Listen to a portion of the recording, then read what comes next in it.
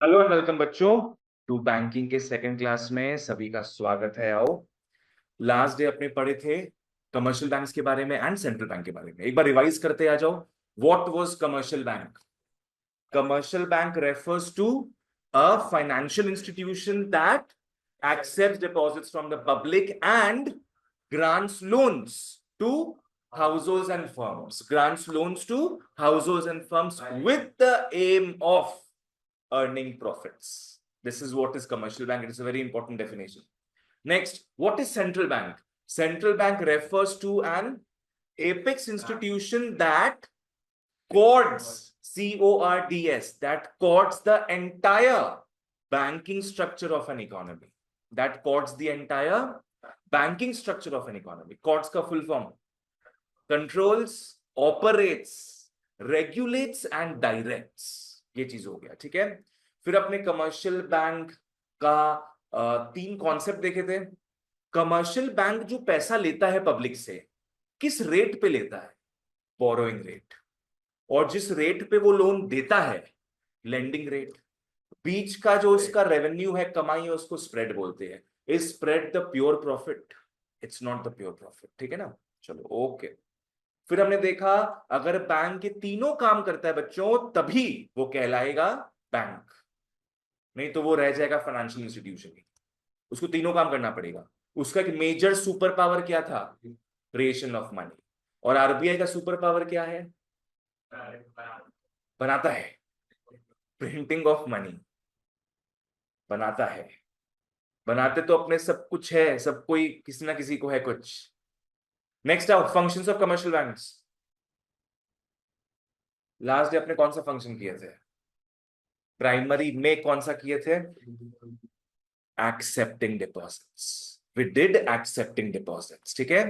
Now today we are going to start with advancing of loans. एक बार revise कर लेते हैं।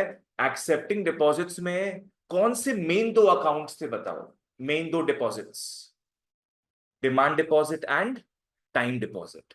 डिमांड डिपॉजिट के अंदर क्या था? Savings account and current account. और टाइम डिपॉजिट में fix deposit and recurring deposit, ठीक है। चलो ओके, आगे बढ़ते हैं।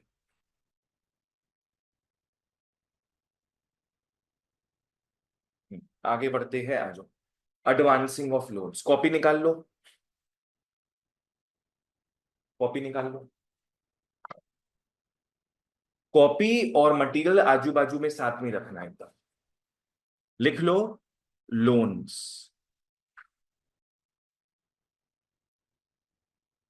चार टाइप का होता है लोन्स, चार टाइप का होता है वैसे देखा जाए तो।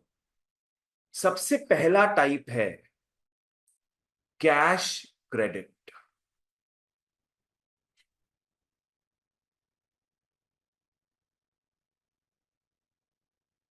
बोलो, what is the first type guys? Cash credit, ठीक है। दूसरा लिख लो, डिमांड लोन्स। दूसरा है डिमांड लोन्स। तीसरा, ओवरड्राफ्ट। Overdraft facility. तीसरा है ओवरड्राफ्ट फैसिलिटी। और चौथा लिख लो, discounting. Discounting, BOE। Have you heard of this? Bills of exchange, discounting bills of exchange. तो ये चार मेन लोन है जो हमें देखना है, जिसमें से ये भी समझ लेना कि ये पहला दो प्राइमरी में आता है और बाकी का दो सेकेंडरी में आता है। पहला दो प्राइमरी में देखोगे, बाकी का दो सेकेंडरी में देखोगे। सेकेंडरी का मतलब क्या हो गया? बैंक से कर भी सकते, नहीं भी कर सकते। पर प्राइमरी का मतलब क्या होगा? करना पड़ेगा, करना पड़ेगा इसको, ठीक है ना। आ जाओ बच्चों, ओके। बोलो, कितने टाइप के लोन्स होते हैं ऐसे? चार टाइप हो गया। पहला दो बताओ।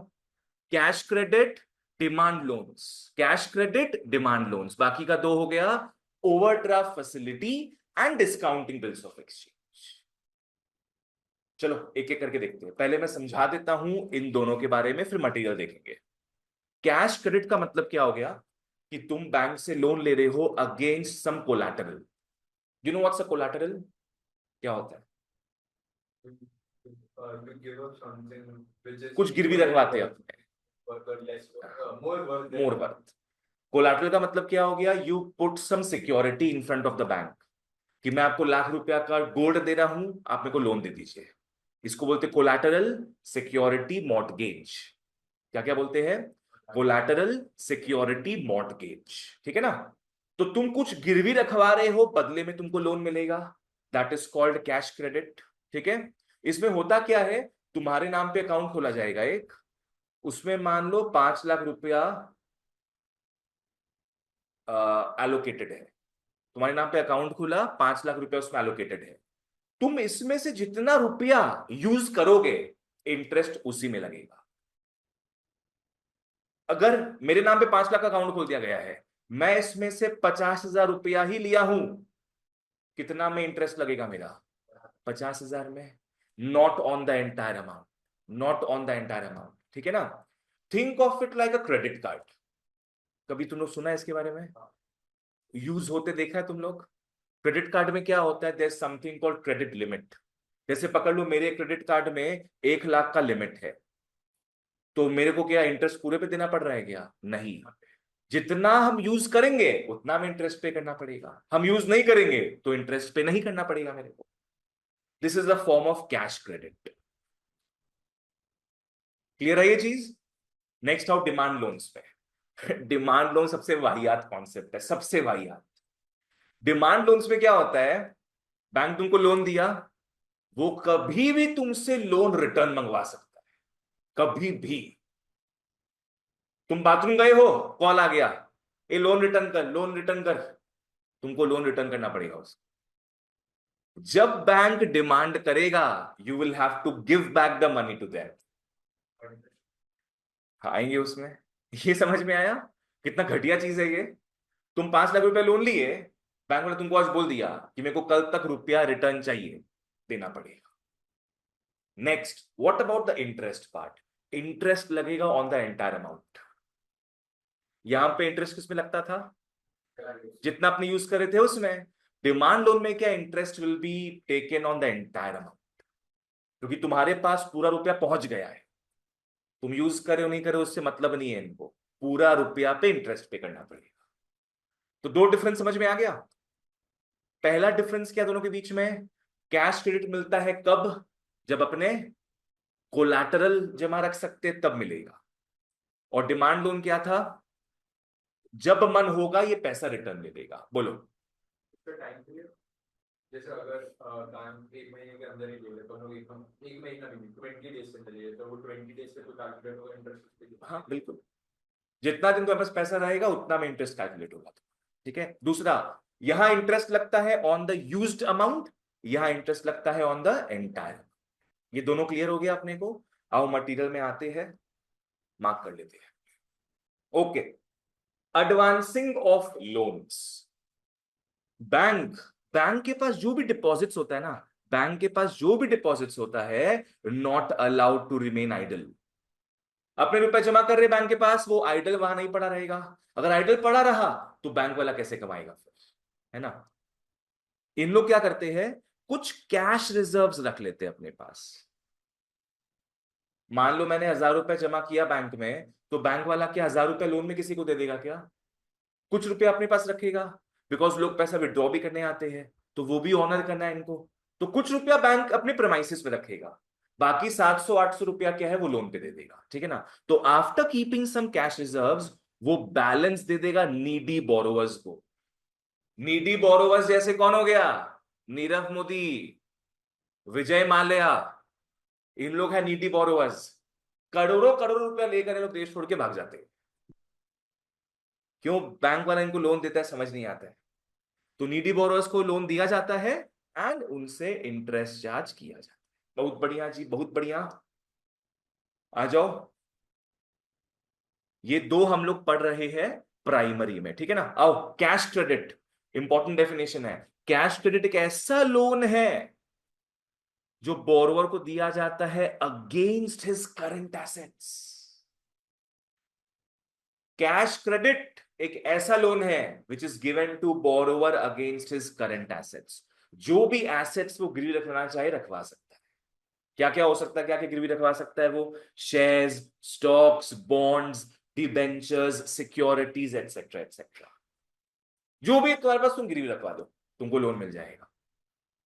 आर्यमन क्लियर है? चलो आओ पढ़ते हैं इसको। बोलो, what is cash credit? It refers to a loan, it refers to a loan that is given to a borrower against his current assets, aka क्या क्या आ सकता है इसमें? स्टॉक्स, डिबेंचर्स, बॉन्ड्स, गोल्ड वगैरह कुछ भी आ सकता है। अर्शुल क्लियर है? आ जाओ। ओके, हाँ। एक सैंक्शनड क्रेडिट लिमिट होता है। सैंक्शनड क्रेडिट लिमिट मतलब मान लो 5 लाख, 5 लाख का लिमिट तुमको दे दिया गया है। उसमें से जितना यूज करना है करो। You can withdraw any amount. मान लो मैं 1 लाख विड्रॉ कर रहा हूं उसमें से। मेरे को पता है मेरे हाथ में ये पैसा है, मैं 5 लाख तक निकाल सकता हूं उसमें से। और सबसे मेन पार्ट, इंटरेस्ट लगेगा only on amount actually withdrawn. Interest लगेगा only on amount actually withdrawn. Palak clear है? आ जाओ नेक्स्ट। डिमांड लोन में आते हैं। डिमांड लोन थोड़ा बकवास लोन ही था देखा जाए तो। जब बैंक चाहे बेटा तुमसे रिटर्न मंगवा सकता है पैसा। What is this, what rubbish is this? तो डिमांड लोन एक रेयर फॉर्म ऑफ लोन है, ये रेयर प्राणी है, rare form of loan called for complete repayment without any prior warning. Called for complete repayment without any prior warning.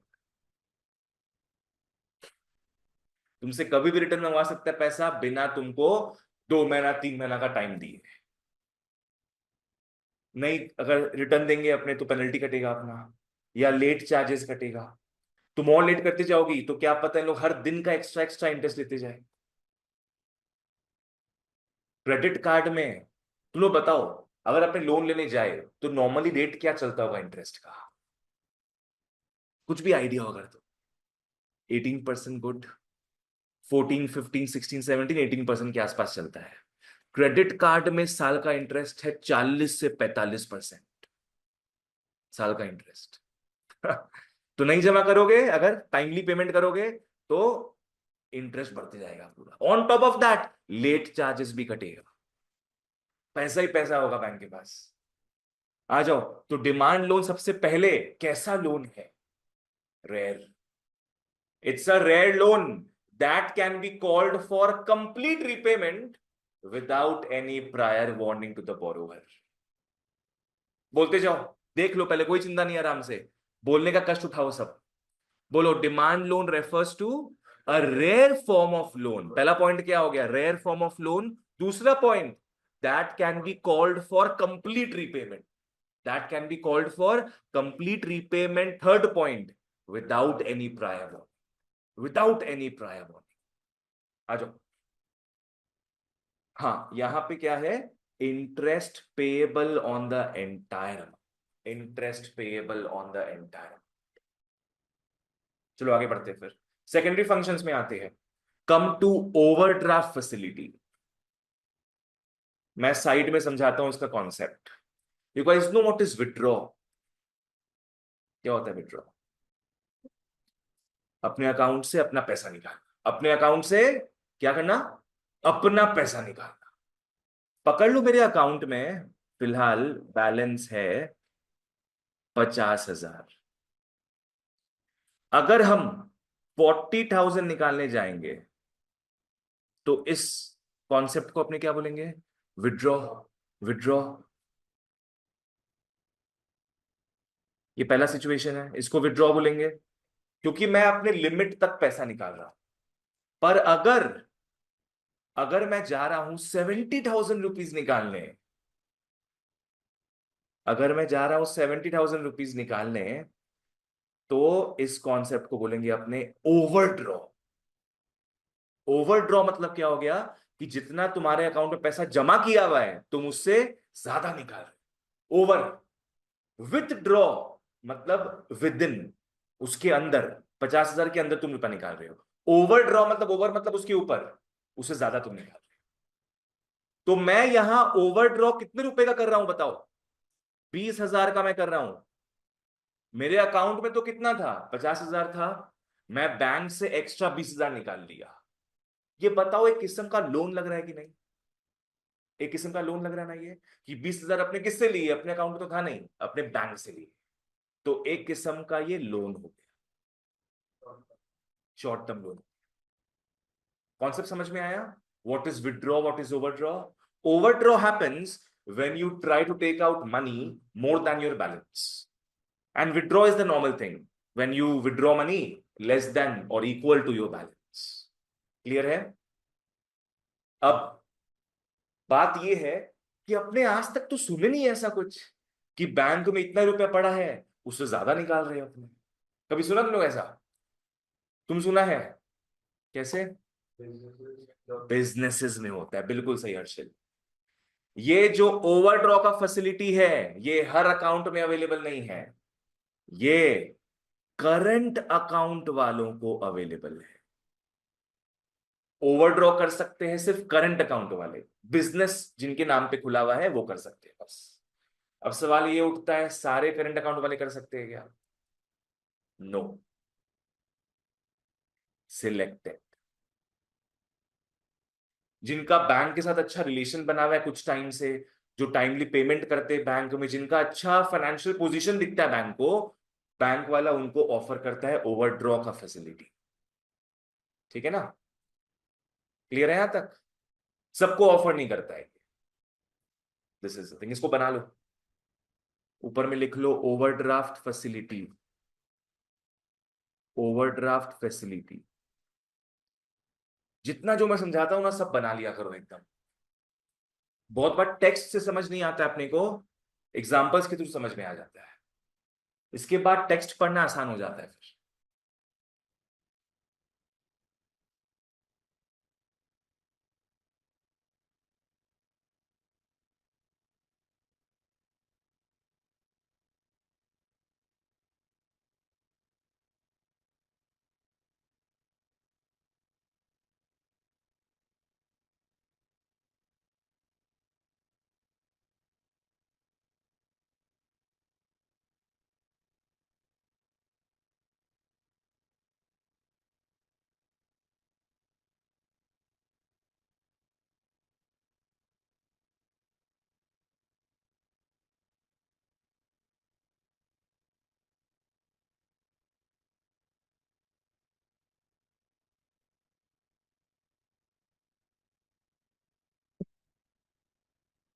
Clear है? यहां तक बन गया? चलो ओके, अब मटेरियल में आते हैं फिर। Overdraft facility. Overdraft facility refers to a facility in which a customer is allowed to overdraw. क्या बोला गया है? Customer is allowed to overdraw. कौन सा account? Current account, up to an agreed limit. Up to an agreed limit. Now what is this agreed limit? कि तुम unlimited रुपया overdraw नहीं कर सकते हो। अगर तुम्हारे अकाउंट में 10,000 है और तुम सोचो कि हम 5 लाख रुपया ओवरड्रॉ कर ले, ऐसा तो पॉसिबल नहीं होगा। It's up to an agreed limit, कि तुम इतना तक ही निकाल सकते। समझ में आ रहा है क्या बोले? बैंक में बैलेंस है 10,000, निकाल रहे हो 5 लाख ओवरड्रॉ, बैंक वाला अलाउ नहीं करेगा। बैंक वाला अपने आप ही बोल देगा कि हम लोग आपको अलाउ कर रहे हैं 1 लाख रुपया तक ओवरड्रॉ करने। तो जो भी आपका करंट बैलेंस रहेगा ना, उससे 1 लाख आप ज्यादा निकाल सकते हैं। मतलब कुछ पूछना है इसमें? क्रेडिट कार्ड ही हो गया, मतलब सब लोन ही है ये सब तो, और क्या। आओ, यहां पे क्या है? अपने चेक्स को ड्रॉ कर सकते हैं in excess of the balance. In excess of the balance ये जनरली ग्रांटेड होता है रेस्पेक्टेबल एंड रिलायबल कस्टमर्स को। Not everybody gets this chance. You should be respected, you should be reliable. धोखेदारी वाले इंसान नहीं होने चाहिए। एंड जो इंपॉर्टेंट पॉइंट एमसीक्यू में आता है ये शॉर्ट पीरियड के लिए दिया जाता है, ओनली फॉर शॉर्ट पीरियड। यहां पे लिख लो डेली इंटरेस्ट, यहां पे लिख लो डेली इंटरेस्ट। नॉर्मली बताओ तुम्हारा इंटरेस्ट कब लगता है जब लोन लेते हैं हम लोग? महीने, मंथली? मंथली होता है ना, ईएमआई अपने मंथली पे करते हैं, इंटरेस्ट अपना मंथली लगता है, यहां पे डेली इंटरेस्ट कटेगा। It's that short term. Generally क्या होता है ना, मैं समझाता हूं। पकड़ लो मेरे अकाउंट में आज एक 1 CR आना है मेरे अकाउंट में। आज, आज क्या है, 21। मेरे को आज के आज किसी को पेमेंट करना है 1.5 CR, पर मेरे अकाउंट में कितना है, 1 CR है। मेरे को आज के आज ही पेमेंट करना है अपने बिजनेस के हिसाब से 1.5 CR। और 24 को मेरे अकाउंट में 1 CR और आ जाएगा। ठीक है, ये सीन है कुछ। तो बैंक ने मेरे को दिया हुआ है ओवरड्राफ्ट फैसिलिटी, तो मैं ये कर पाऊंगा। तो मैं कितना लोन ले रहा हूं बैंक से, बेसिकली देखा जाए तो 50 लाख मैं लोन ले रहा हूं, और मेरे पास कुछ 3 दिन 4 दिन में रुपया आ ही जाएगा। तो मैं लोन ले रहा हूं सिर्फ 3 दिन के लिए, मैं लोन ले रहा हूं सिर्फ 3 दिन के लिए। It is that short term. 23rd, 22nd, 23rd, 24th, 3 दिन ही मानेगा उन लोग उस हिसाब से। ठीक है, इसको भी काउंट कर लेगा उन लोग, बीच का गैप मत देखो, उसको भी काउंट कर लेगा उन लोग। It is that short term. ठीक है ना? तो इसका पर्पस क्या है? इसका पर्पस ये कि तुम्हारा बिजनेस हैम्पर नहीं हो। बैंक को भी पता है बिजनेस में आए दिन पैसा आता है जाता है, पैसा आता है जाता है, तो कुछ रुपए के लिए ट्रांजैक्शन रुकना नहीं चाहिए, बोल के इन लोग ऐसा फैसिलिटी देते हैं। ठीक है ना? आओ, अपने इंटरेस्ट पे करेंगे सिर्फ ओवरड्रॉन अमाउंट पे। ऑफ कोर्स, क्या हम 1.5 CR में इंटरेस्ट पे करेंगे क्या? कितना में करेंगे? 50 लाख में, बिकॉज 1 CR तो विड्रॉ किए हम, और 50 लाख हम ओवरड्रॉ किए, तो उस पे इंटरेस्ट कटेगा मेरा। आओ डेफिनेशन में एक बार वापस से आते हैं, डेफिनेशन देख लो आराम से। Overdraft facility refers to a facility in which a customer is allowed to overdraw his current account up to an agreed limit। अर्शल बोलना आता है तो बोलेगा, चुप नहीं रहेगा। ठीक है ना? वापस से आओ, बोलो। Overdraft facility refers to a facility in which a customer is allowed to overdraw his current account up to an agreed limit। What is cash credit? Cash credit refers to a loan. Cash credit refers to a loan which is given to a borrower against his current assets। Blah blah blah, examples अपने को पता है।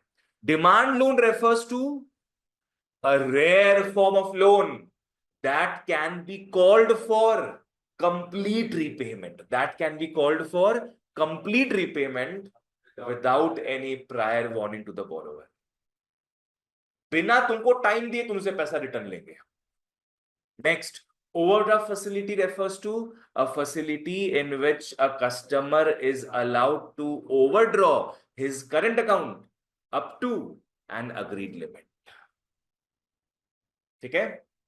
अब last form of loan में आते हैं जी, discounting bills of exchange. Discounting bills of exchange, ये अपने पहले पढ़े हुए हैं क्या? आईएससी सीबीएसई में था, अकाउंट्स में था। ठीक है, ठीक है, तो मैं समझाता हूं इसको एक डायग्राम के थ्रू। पहले क्या है, ठीक है ना? यहां बना सकते हो, या पहले देख लेना जो मैं बना रहा हूं, उस हिसाब से स्पेस देख के बना लेना। आ जाओ। होता क्या है, मान लो हमारे पास दो लोग हैं। ए हो गया बायर, तो बी क्या होगा? सेलर। ए हो गया बायर, बी हो गया सेलर। बी ए को 10 लाख का गुड्स सेल कर रहा है। बी ए को 10 लाख का गुड्स सेल कर रहा है ऑन क्रेडिट। मतलब राइट नाउ ए के पास पैसा नहीं है कि वो 10 लाख रुपया पे कर सके। ठीक है ना? तो बी क्या करेगा? बी बनाएगा बोई। बोई मतलब बिल्स ऑफ एक्सचेंज। बी बनाएगा बिल्स ऑफ एक्सचेंज, जो कि एक्सेप्ट कौन करेगा? ए। ए एक्सेप्ट करेगा। बेसिकली इसका मतलब क्या है? दोनों के बीच में एक समझौता हुआ है, प्रॉमिस हुआ, एक वादा हुआ है। बी बोला है मैं तेरे को 10 लाख का कुछ दे रहा हूं, तू मेरे को अभी पैसा नहीं दे रहा, तेरे को मैं 3 महीना देता हूं, चल 3 महीना के अंदर मेरे को तू मेरा पैसा दे देना। क्लियर है यहां तक? चलो दिस इज द थिंग। तो बी को पैसा कब मिलेगा बताओ? 3 महीने बाद। अगर 3 महीना तक बी वेट कर लेता है तो वेल एंड गुड। पर अगर बी की बिटिया का शादी है 3 महीने के अंदर, he is in urgent requirement of funds, B को 3 महीना के पहले ही पैसा चाहिए, क्या वो ए के पास जा सकता है? नहीं जा सकता ए के पास। ए के साथ तो कॉन्ट्रैक्ट साइन हो गया है, वो 3 महीना बाद ही देगा। अब तुम जो कर लो 3 महीने के पहले देगा नहीं तुमको। तो बी को पैसा चाहिए, ए का रास्ता हो गया है क्लोज, तो बी जाएगा बैंक के पास। माइंड यू, बी बैंक के पास तभी जाएगा जब उसको मेच्योरिटी, दैट इज 3 महीना के पहले पैसा चाहिए। उसके बाद तो कोई टेंशन नहीं है। आओ ओके। तो बी गया बैंक के पास। बी बैंक से हेल्प मांगा। बैंक क्या करेगा? बैंक अपने नाम पे वो बिल्स ऑफ एक्सचेंज कर लेगा। This concept is called discounting bills of exchange. फिर बैंक क्या करेगा? अपना, माइनस है ये, ठीक है ना, अपना एक डिस्काउंटिंग चार्ज काट के, डिस्काउंटिंग चार्ज काट के वो रुपया पे कर देगा बी को। क्या आपने को लगता है कि आप बैंक पूरा 10 लाख ही देगा बी को? नहीं। तो bank with the aim of earning profit, bank क्या कमाएगा फिर? अगर 10 लाख ही पूरा दे देगा बी को तो बैंक क्या कमाया? बैंक तो कुछ कमाया नहीं। तो बैंक मान लो 50,000 रुपया इस सर्विस का चार्ज काट लिया। इसको अपने बोलते हैं डिस्काउंटिंग चार्ज। कितना काटा? 50,000। तो कितना देगा वो बी को? 9.5 लाख दे देगा। 9.5 लाख वो दे देगा। 50,000 became the cool profit of the commercial bank. Clear? तो यहां बैंक भी खुश, 50,000 उसका प्रॉफिट हो गया, यहां बी भी खुश। अब 3 महीना बीत गया। 3 महीना बीतने के बाद बैंक जाएगा किसके पास? बी के पास नहीं, ए के पास। 3 महीना बाद बैंक जाएगा अब ए के पास। आर्यमन, अब बैंक का बी से कोई रिश्ता नहीं है। अब बी को रुपया मिल गया ना 9.5 लाख, तो बी का एकदम एंट्री एग्जिट सब क्लोज्ड। अब बैंक का रिश्ता किसके साथ है? ए के साथ है। ठीक है ना, पहले बी का ए के साथ था, बी ने अपना टेंशन दे दिया कमर्शियल बैंक को, तो कमर्शियल बैंक का टेंशन है ए के साथ। तो आफ्टर 3 मंथ्स,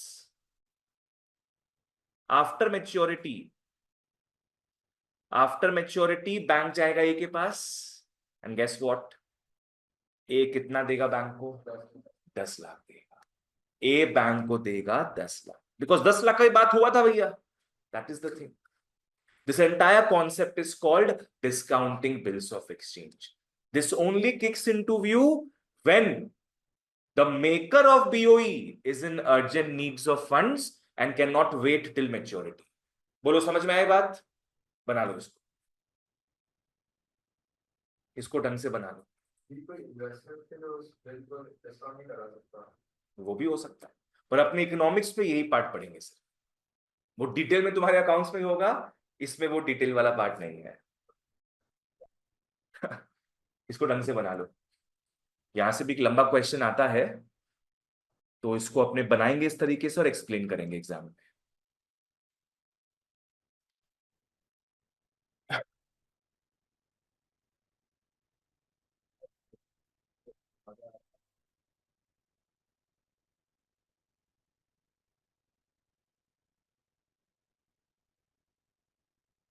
क्लास तो 5 बजे, 5 बजे बना लो दादा, शोभाई बनाए लो।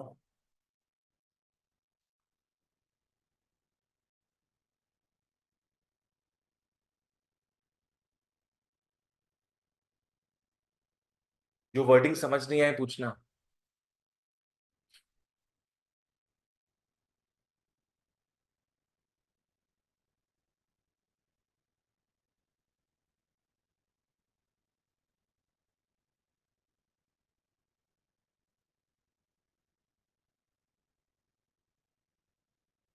एरोस थोड़ा सही बनाना, सब एरोस में गड़बड़ी होता है। हाँ तो टाओ, नीचे का है तुम्हारा, वो बैंक वहां पे है क्या? हाँ। हाँ। अर्शिल बन गया? तुमको भी ठंडा लग रहा है? चलो ओके, अब कंटिन्यू करते हैं फिर। Return back to the material guys. जैसे ओवरड्राफ्ट भी एक फैसिलिटी था, वैसे डिस्काउंटिंग बिल्स ऑफ एक्सचेंज भी एक फैसिलिटी है, it's also a facility. Discounting BOE is a facility in which holder of the BOE can get the bill discounted with bank before maturity. Before maturity.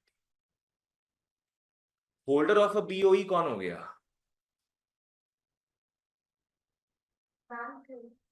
Holder of a BOE हो गया जो BOE बनाया है, seller या creditor या dryer.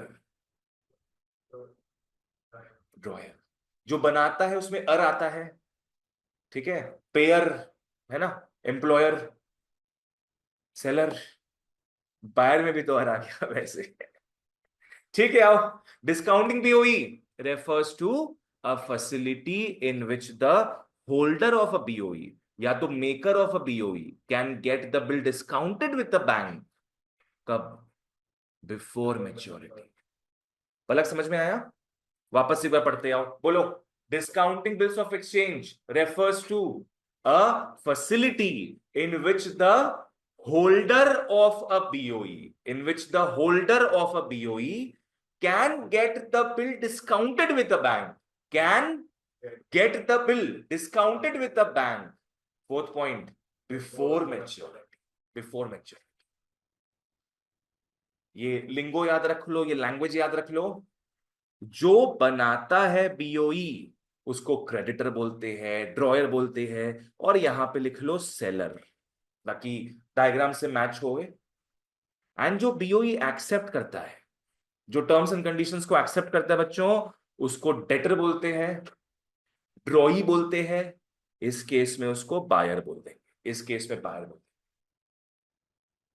Bills of exchange issue होता है 90 days के लिए। Generally it's for 90 days, short term. After maturity अगर तुमको पैसा चाहिए तो डिस्काउंटिंग का दरकार ही नहीं है, तुमको तो ऐसे मिल जाएगा। Everything kicks in to play when you want your money before the maturity date, जो मैंने आप लोग को समझाई दी है पूरा। ठीक है ना, आगे बढ़ती है। चलो तो यहां तक अपने क्या क्या कंप्लीट कर लिए, अगर मैं इसको चेक करूं। We have done accepting deposits, we have done advancing loans, we have done overdraft, we have done discounting BOB. Next we come to agency functions, copy निकाल लो। कम टू एजेंसी फंक्शंस, इसका मैं mnemonic दूंगा भैया।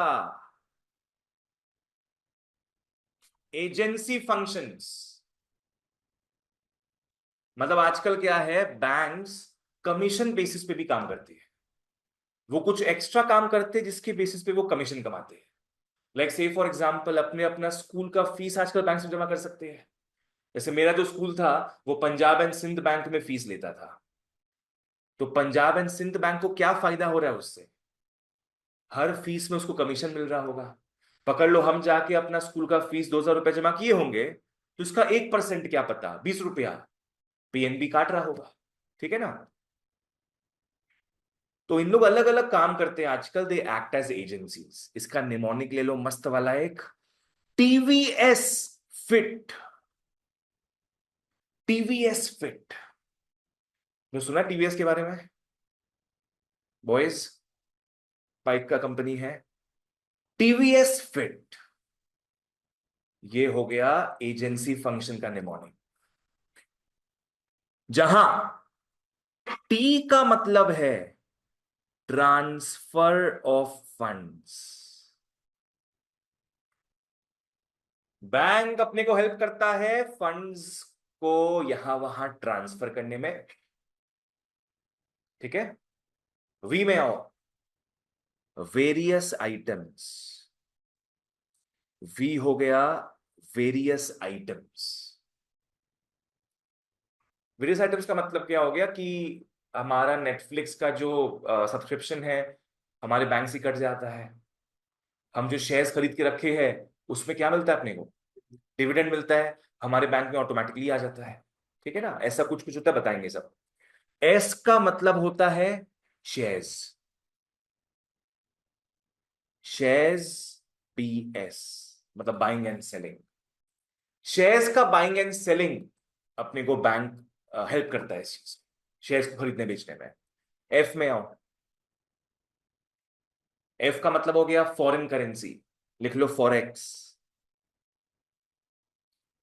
Foreign currency का अच्छा नाम होता है फॉरेन एक्सचेंज, और फॉरेन एक्सचेंज का अच्छा नाम होता है, शॉर्ट नाम होता है, क्यूट नाम होता है फॉरेक्स। ठीक है ना। तो बैंक वाला अपने को हेल्प करता है फॉरेन एक्सचेंज भी खरीदने बेचने में।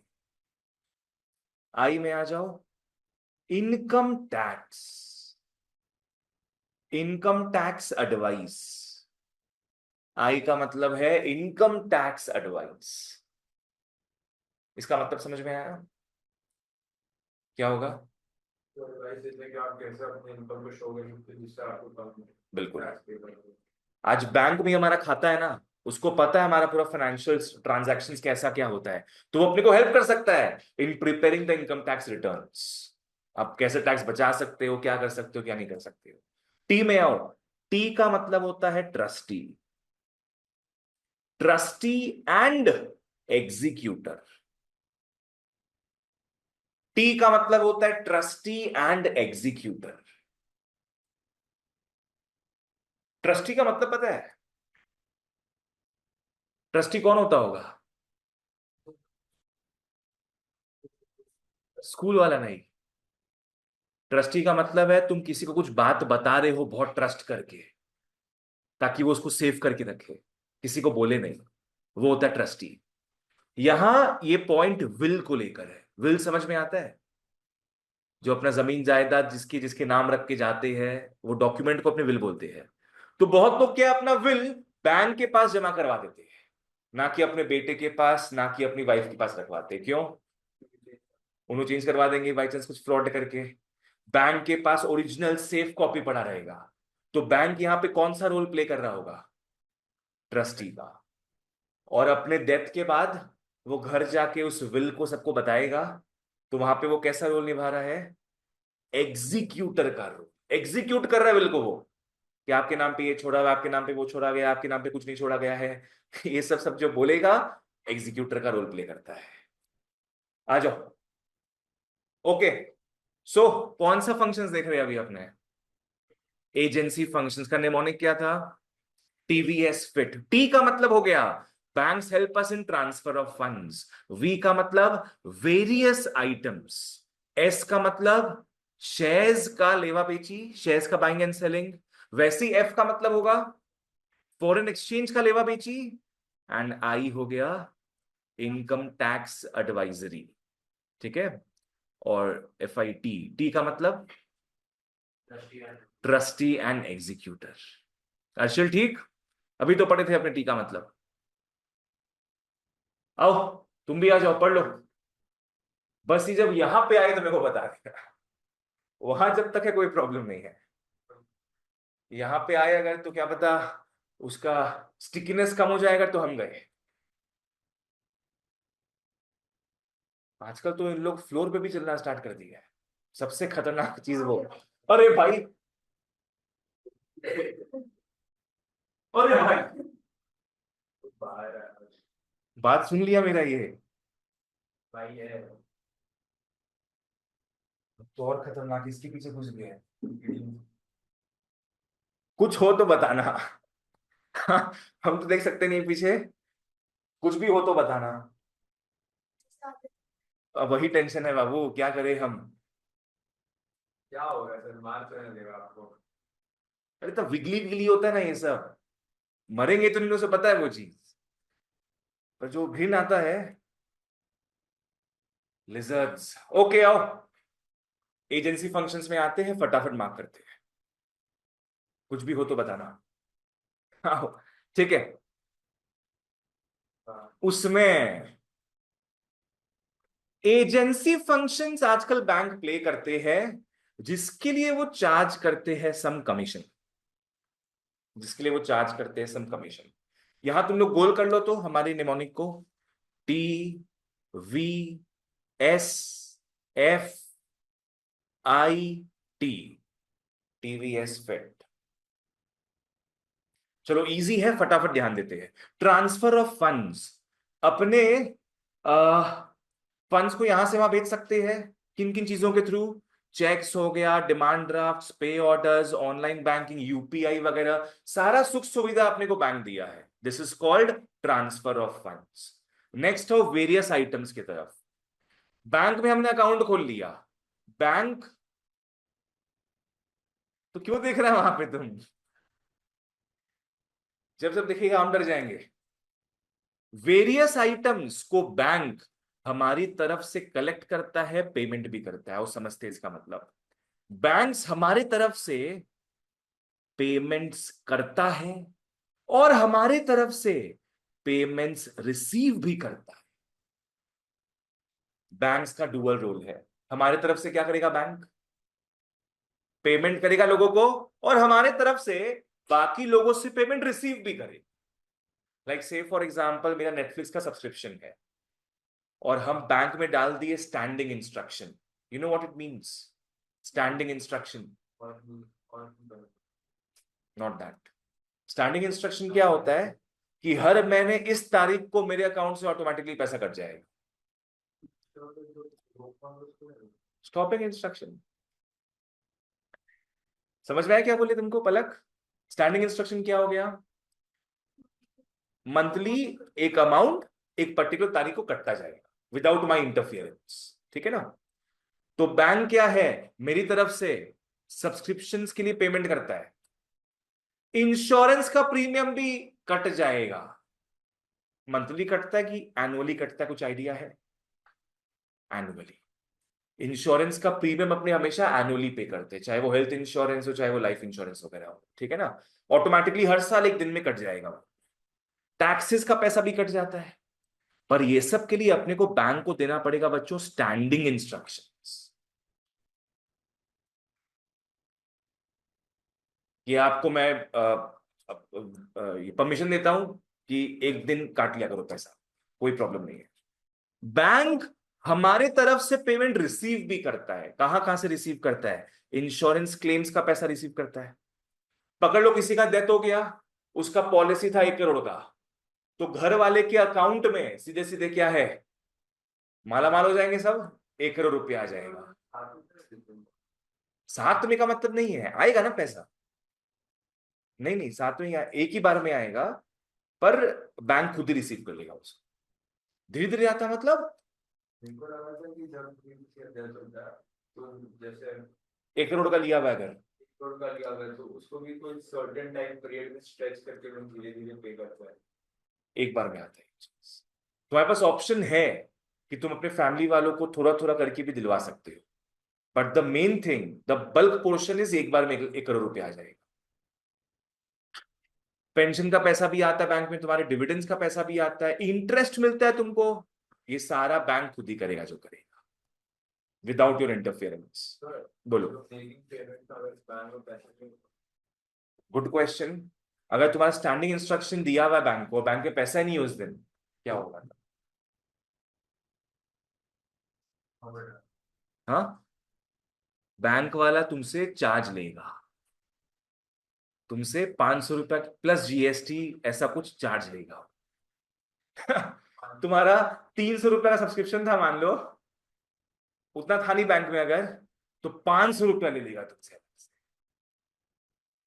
इसलिए हम खुद क्या करते हैं ना, एसआई जो है स्टैंडिंग इंस्ट्रक्शन वो कैंसिल करके रखे, क्योंकि हम है बिजनेस वाले, I am not salaried. Business में कभी होता ही है ऐसा कि किसी दिन बैंक में रुपया नहीं हो मेरे, और अनफॉर्चुनेटली उसी दिन बैंक वाला पैसा काटे अगर, तो मेरा कट जाएगा। है ना? सैलरीड में क्या होता है, सैलरीड में तुम्हारे 2-3 तारीख को पैसा आता है बैंक में, तुम सारा 4-5 तारीख को कटवा लेते हो, पैसा रहता है उस वक्त बैंक। पर बिजनेस में कोई हिसाब नहीं है, आया गया आया गया। तो पर्सनली हम एसआई नहीं करके रखे किसी, नहीं तो मेरा 500-500 रुपया प्लस जीएसटी कटते जाता। क्लियर है अर्जुन? नेक्स्ट आओ, सिक्योरिटीज का मतलब क्या हो गया? शेयर्स, डिबेंचर्स का बाइंग एंड सेलिंग इन लोग अलाउ करता है। चाहे तुम प्राइवेट कंपनी में शेयर खरीदे हो, चाहे तुम गवर्नमेंट का शेयर खरीदे हो भैया। फॉरेक्स में आओ, फॉरेक्स में आओ, you can buy and sell foreign exchange, helping in international trade. पकड़ लो, यूएस जा रहे हैं अपने, दुबई जा रहे हैं अपने, तो अपने बैंक के पास जाके अपने एक्सचेंज करा सकते हैं। ठीक है ना? Probably, but they would pay by no tax card. PayPal Pay by even more tax card. Tax नहीं, चार्ज काटेगा तो। अरे वो tax card से फिर charge भी काटते हैं, सब कुछ काटते हैं। 10% तो ऐसे ही उड़ा देते हैं ये लोग। नेक्स्ट आओ, इनकम टैक्स एडवाइजरी या कंसल्टेंसी की तरफ। इन लोग एडवाइस करता है अपने कस्टमर्स को। इन लोग, पहला चीज यहाँ 1 लिख लो और यहाँ 2 लिख लो। इन लोग कस्टमर्स को एडवाइस करता है कैसे इनकम टैक्स सेव करे। दूसरा, इन लोग आईटीआर बनाने में भी हेल्प करता है। इन लोग आईटीआर बनाने में भी हेल्प करता है। You know the full form of ITR? नहीं? आर्यमन तुमको पता है? Income tax returns. बेसिकली यही मेन डॉक्यूमेंट है जो हर साल सबको बनाना पड़ता है जो कमाते हैं। इसी में लिखा होता है सब चीज कि तुमने कितना कमाया पूरे 1 साल में और कितना तुम्हारा टैक्स बनता है। This is the main document ITR. जो कमाते हैं वो बनाएंगे। तुम पेरेंट्स से पूछना इस बारे में, तुम लोग का तो आईटीआर होगा नहीं of course. Next, trustee and executor. ये किस डॉक्यूमेंट को लेके बात कर रहा है? ट्रस्टी एंड एग्जीक्यूटर विल को लेके बात कर रहा है, बिल्कुल। इन लोग क्या है? विल प्रिजर्व करते कस्टमर्स का, एंड आफ्टर डेथ उसको एग्जीक्यूट करते हैं। आफ्टर डेथ उसको एग्जीक्यूट करते हैं। बैंक तक रिपोर्ट आता है, कोई फैमिली वाला बैंक तक जाके रिपोर्ट करेगा कि बैंक में इतना जो भी बैंक बैलेंस था हमको वो आप दे दीजिए, बिकॉज हमारे ये मर चुके हैं। बैंक अकाउंट क्लोज करना है अपने को, समझी? पकड़ लो, जिनका भी अकाउंट था 2 लाख रुपया था उसमें, फैमिली वाला छोड़ देगा 2 लाख रुपया? नहीं ना, वो जाएगा अपना रुपया लेने के लिए, तो वो दिखाएगा वहां पे सब चीज, तो बैंक वाला विल एग्जीक्यूट भी करा देगा। ऐसे बैंक को पता नहीं चलेगा। तो उसका तो कोई charge नहीं लगता। चार्जेस तो लगेगा ही। मतलब पहले जब हाँ, उससे कभी ले लेते हैं। पहली पहली ले लेता है लोग, या तो एनुअल बेसिस में लेता है। जैसे बैंक में लॉकर फैसिलिटीज भी होता है जिसका रेंट लगता है एनुअली, तो वैसे विल प्रिजर्व करके रख रहा है इन लोग, उसका भी कुछ रेंट लगता होगा, कुछ ना कुछ चार्ज कटेगा ही, बिकॉज ये एक एजेंसी फंक्शन है and they charge some commission. ठीक है यहां तक? लास्ट अपने जो आज पढ़ेंगे, अपने यहां तक कंप्लीट कर लेंगे, इससे हमारा एक बढ़िया सा टॉपिक कवर हो जाएगा।